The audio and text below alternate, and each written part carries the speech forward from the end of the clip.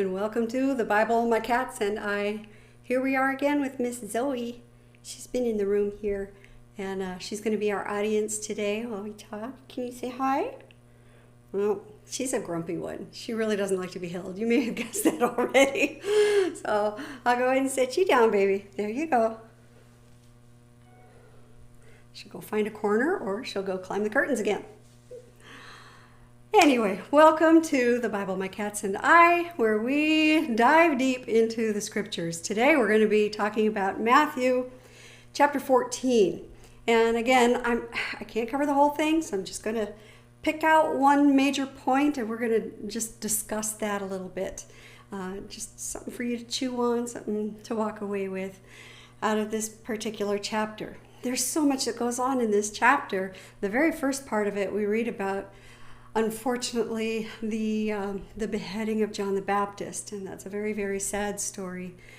But then we go into the next part, around in the middle of the chapter, where it talks about when Jesus fed 5,000 people plus with just very little bit. And so we want to read about this miracle and just talk about it a little bit, sort of stretch our brains, what might have really happened there. It's really amazing.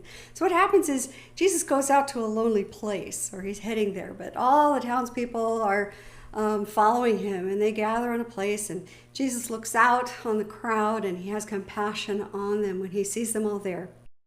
I'll read to you a few of the verses here. It says, "As evening approached, the disciples came to him and said, 'This is a remote place, and it's already getting late.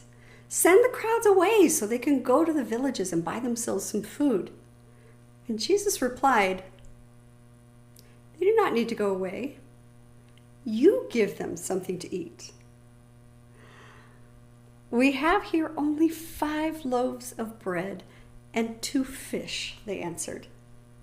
'Bring them here to me,' Jesus said. And he directed the people to sit down on the grass. And taking the 5 loaves and the 2 fish and looking up to the heavens, he gave thanks. For that little bit, he gave thanks, and he broke the loaves. They gave them to the disciples. Then he gave them to the disciples. And the disciples gave them to the people. And they all ate and were satisfied.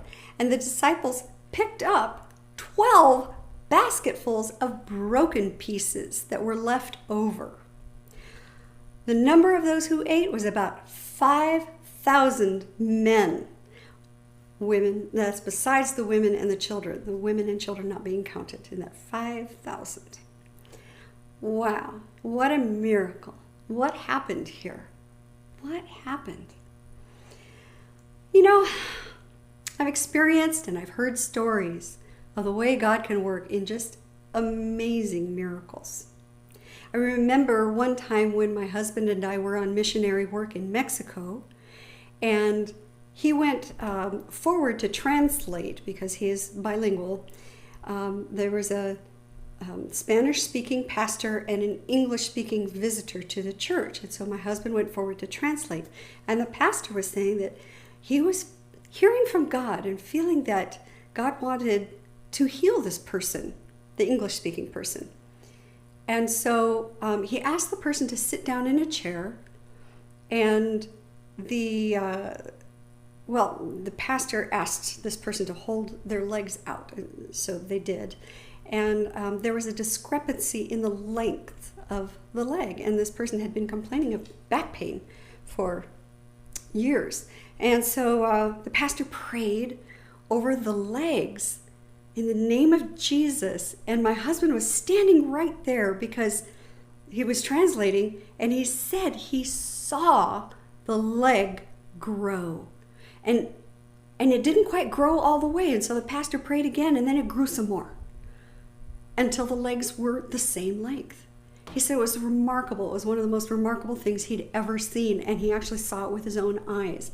And knowing how stoic my husband is, I believe what he says that he saw was true. So talk about taking a little bit and the Lord just making more of it. Just increasing the length of a leg. It's amazing. I heard another story of someone who was on missionary work in Texas, and they went to the El Paso border.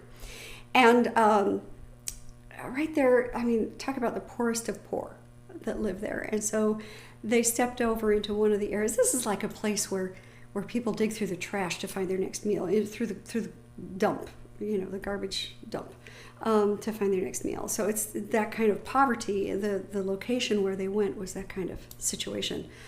And they brought food.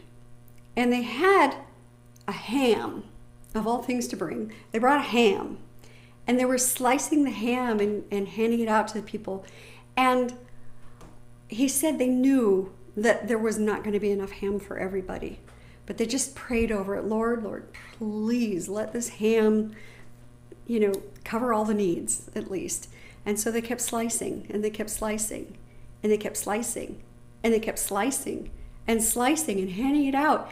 And the person told me, Janet, I've never seen anything like it. He said there was not enough ham for everybody, but we just kept being able to slice off ham and more and more and more ham until everybody was fed. He said, I have no explanation as to how that could have happened, but it happened right there. It was just miraculous. The only explanation was that it was God having intervened and provided abundantly where it was needed in a miraculous way.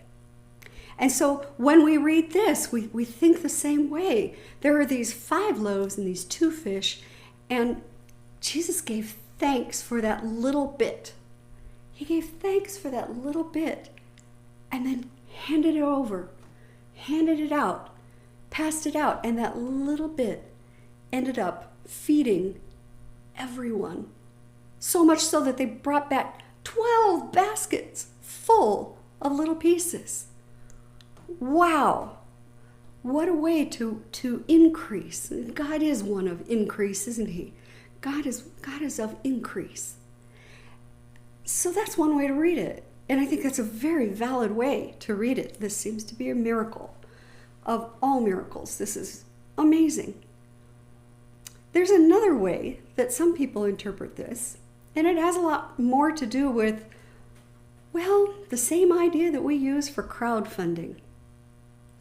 So it's like when the people that were sitting there saw the generosity, when there was only just a little bit, and yet that little bit was held in gratitude and then passed out to all the people.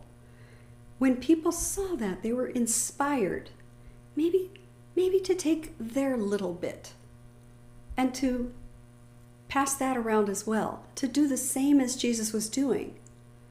That truly is a miracle as well, because it works on the hearts of people. And so in the same way that crowdfunding works, when somebody's got some cause that they want to support and they throw it out there on Facebook or Twitter or whatever, Instagram, to all their friends, hey, support this, and people donate their $5 or their $10 that they have available.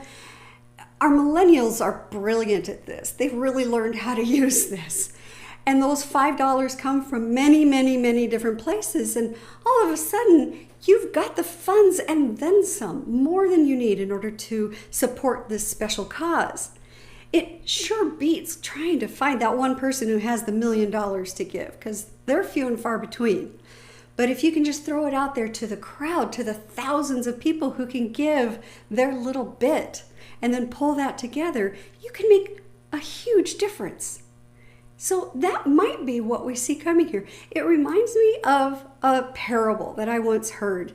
Heard it from Peter Rollins. I don't know if he actually wrote it or whether he was quoting somebody else in it, but the parable is like this, that during the time that was leading up to everybody being involved in World War II. So the rise of Hitler's reign and Nazi Germany and all that was going on there and the persecution of the Jews that was happening at the time. There's a story about a rabbi that comes to visit Churchill in England. And Churchill says, it's a terrible thing. What is it that can be done? And the rabbi responded, this problem can be solved by one of 2 ways. The first being just the natural way, and the other being a miracle. He says the natural way would be for God to send his angels with their power and their swords to take care of the Jewish people and to bring down this Nazi regime. But the miraculous way would be for people to change their hearts and for England to send their troops so that we can overcome this evil. That's kind of along the same lines, isn't it? When people can have a change of heart, become generous, and see the potential of the little bit, that their little bit can turn into a great big thing. And so that's what I want to leave you with. It's sort of a short little lesson, but it's a powerful one. God can work a miracle either way, whether he chooses to send his angels with swords, whether God chooses to increase the abundance of the loaves right then and there, or whether God chooses to change the hearts of the people so that they learn generosity and they learn what can be done with just a little bit when they hand it over to God. So I want to ask you this. What is that big thing that the desire of your heart would be to change it, to make a difference in this world, to bring clean water to people, to stop human trafficking? What is it that's on your list? To develop a vaccine against a terrible, terrible disease and thus prevent it, preventing something you'd give 1,000 worlds to cure. What is it on your list that you would love to be the one that would make the difference? Now, maybe you don't have all that it would take, but what little do you have? What little do you have? Can you speak for justice? Do you have a lot of friends on your Facebook page? What little bit do you have? Can you write? Are you a counselor? Are you a prayer warrior? What little bit do you have that you can hold before God, giving thanks for what you have and saying, here, I'm giving this over to you. I'm spreading what I have out. And Lord, I just ask that you would work your miracle, whether that be through the changing hearts of the many, or whether it be working something that we can't explain. Lord, I give it to you. What would be that thing? How can you change the world? Go now in peace and receive God's mercy and grace. Blessings to you.